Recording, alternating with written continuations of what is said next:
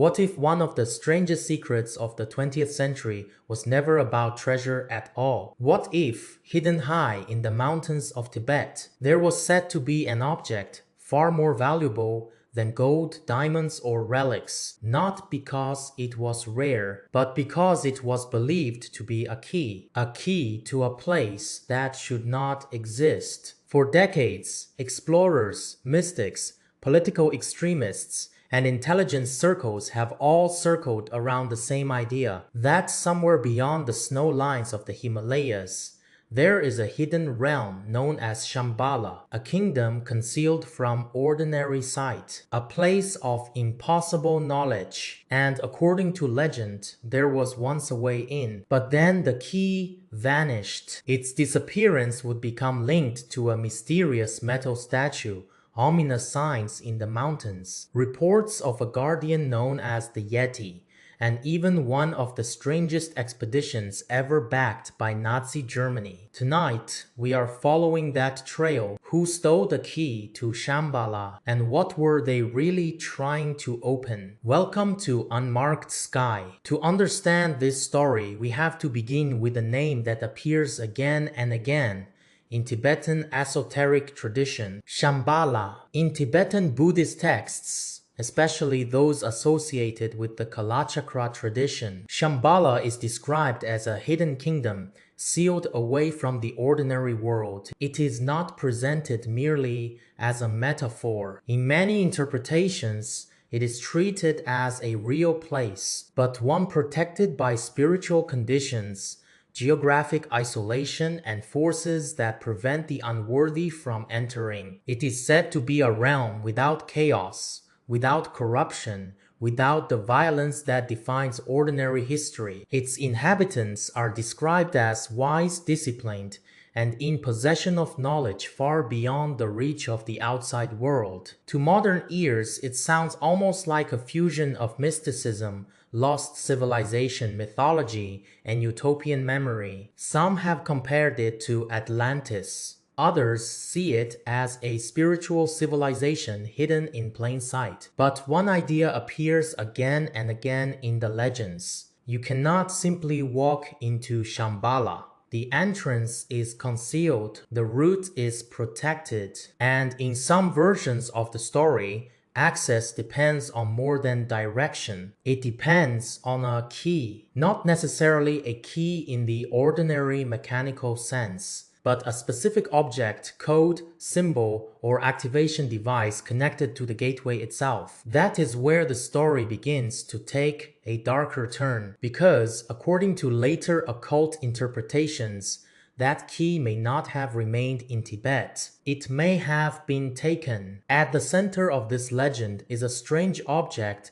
that has attracted enormous fascination, a statue sometimes referred to as the Iron Man. The story surrounding it is unsettling from the start. According to the narrative, the figure was discovered near the Tibetan border by a European expedition in the early 20th century. The statue was unusual in nearly every way. It did not look like a conventional Buddhist image. It did not clearly resemble the Buddha. It did not fit neatly into the familiar categories of bodhisattvas or standard Tibetan devotional art. Instead, it looked more like an ancient ruler or a figure of authority with an ambiguous spiritual identity. On its chest was a swastika-like symbol, a sign that long predates Nazi use and appears across many Asian religious traditions. But the truly disturbing detail was not the symbol. It was the material. The statue was said to be carved from meteoritic iron,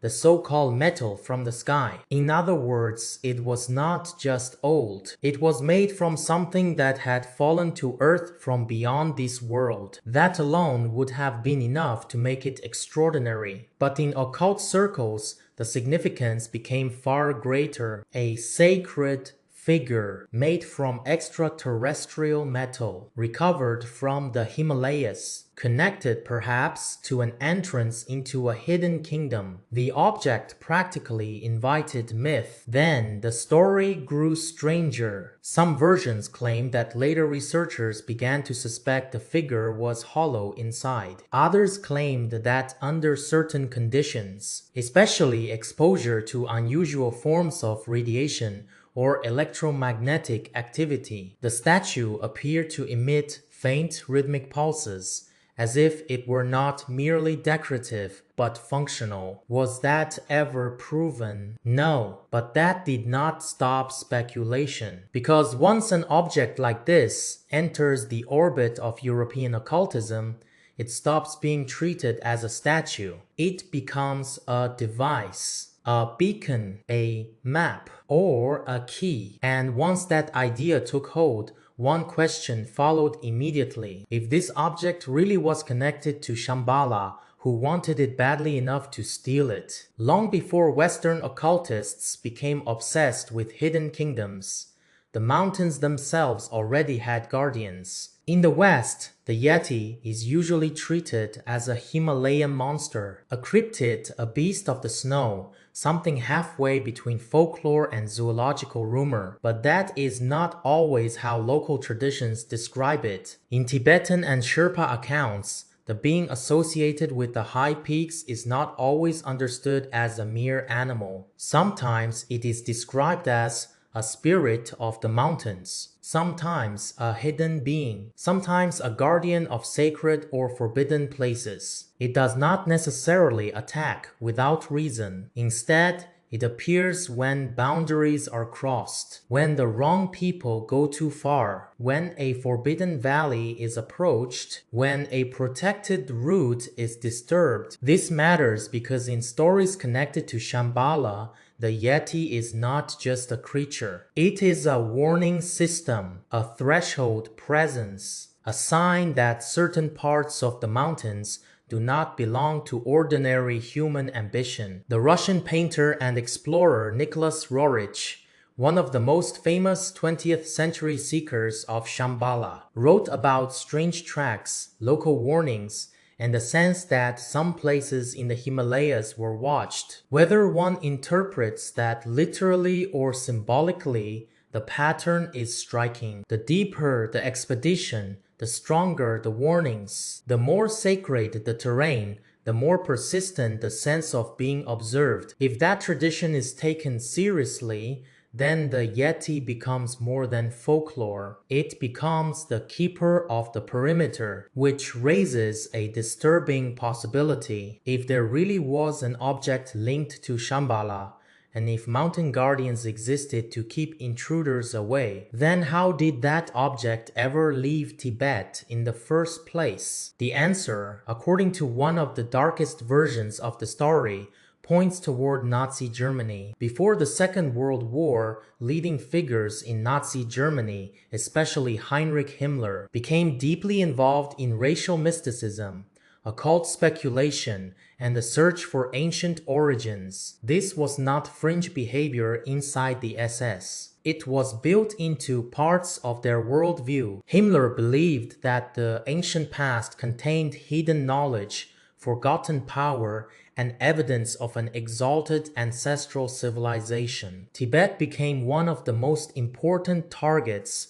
of that obsession. In 1938, an SS-backed expedition led by Ernst Tent Fur traveled into Tibet under the official cover of scientific research. Publicly, the expedition collected specimens, measurements, and ethnographic material. Privately, according to later interpretations, the mission may have had another objective: to investigate legends connected to hidden power, ancestral origins, and possible entrances to an underground or transcendent realm. This is where history and myth begin to merge. One version of the story claims that Scheifer's team learned of a strange statue held or known by local elites. Another claims it was discovered in a remote abandoned temple. Either way, the expedition allegedly acquired it, not peacefully. According to legend, A lama warned them not to remove it. He is said to have called it a seal upon the gate of the world,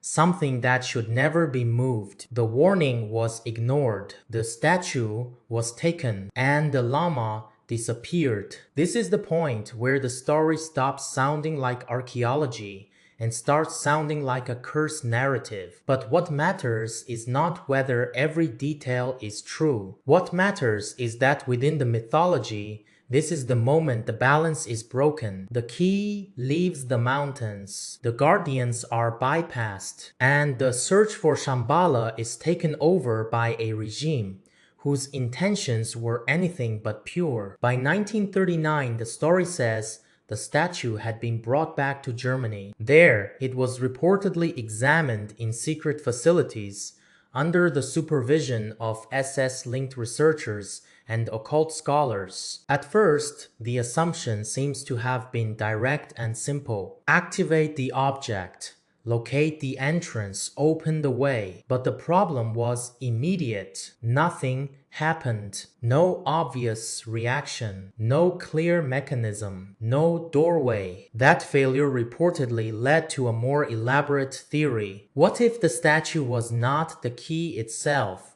but part of a larger system? What if it functioned like a coordinate map, a celestial indicator, a trigger that required the right ritual formula, the right timing, and the right alignment? In that interpretation, the object would only wake under specific conditions. A particular star pattern, a recitation hidden in esoteric text, or a combination of cosmic and geographic coordinates. That idea fits perfectly with the mindset of Nazi occultism, because it transforms the search from treasure hunting into a multi-stage initiation. Not just possession, activation, not just location, permission, and once that framework existed, the obsession expanded. If there was one entrance, perhaps there were others. If there was an underground realm, perhaps Tibet was not the only access point. This is where the story connects to another notorious thread: the Nazi fascination with hidden polar entrances, hollow earth theories, and expeditions toward remote ends of the planet. Whether one accepts those connections or not, the logic is easy to see. Find the key, find the coordinates, find the gate, and if Tibet fails, search the world for another opening. Then the war ended. Germany collapsed. Facilities were bombed. Research archives were seized, scattered, or destroyed, and the statue vanished. That disappearance is one of the reasons the legend never died. If the object had simply been catalogued into a museum, the story would have gone flat. But because it disappeared, the myth remained alive. Was it destroyed in the war, hidden by fleeing officials, taken by Allied intelligence, buried in a private collection, or, if one accepts the more extreme theory, successfully used? This is where the story becomes fully speculative, but also fully magnetic. Because once you allow the possibility that the Nazis may have learned something real, a final and far darker scenario appears. What if they were not too late? What if they did not fail? What if, under the right celestial conditions, the object was activated, the signal completed, and some inner circle passed through before Germany fell? That idea has been used to explain all sorts of later claims. Strange atmospheric anomalies in specific Himalayan regions, instrument failures, disorientation, visions, and the reported decline in Yeti encounters after the war. In this telling, the Guardians had no further purpose. The boundary had already been breached. The mission was already over, and whatever went through the gate did not come back. Again, there is no hard evidence for this, but that is exactly why the theory survives. It lives in the space where missing objects, extremist ideology, war chaos, and sacred geography all overlap just enough to feel dangerous. There is one final twist in the legend. In some esoteric traditions, the hidden world beneath or beyond the earth is not purely benevolent. It has a dual nature. There is the enlightened kingdom, the realm of wisdom, order, and awakening. And there is its shadow, a darker counterpart, a domain tied not to liberation, but to power, domination, and destruction. Under this interpretation, Shambhala is not just a place, it is a test. You do not reach the same destination regardless of who you are. The state of the seeker matters, the motive matters, the inner condition matters, and that changes everything. Because if men like Himmler sought the key with racial obsession, conquest, and greed in their hearts, then even if they reached a gate, they may not have reached a paradise. They may have reached its opposite, not a hidden utopia, but a mirror of their own darkness. This idea is what gives the story its enduring power, because it turns a treasure hunt into a moral catastrophe. The stolen key does not simply unlock a place. It reveals what kind of people are trying to enter. So who stole the key to Shambhala? If we stay close to the legend, the answer is clear. It was taken by those who wanted power without wisdom, access without worthiness, a shortcut into a realm they did not understand. But maybe that is also why the story continues to resonate, because beneath the Nazi expeditions, the meteorite statue, the Yeti sightings, and the hidden kingdoms in the snow, there is a much older idea that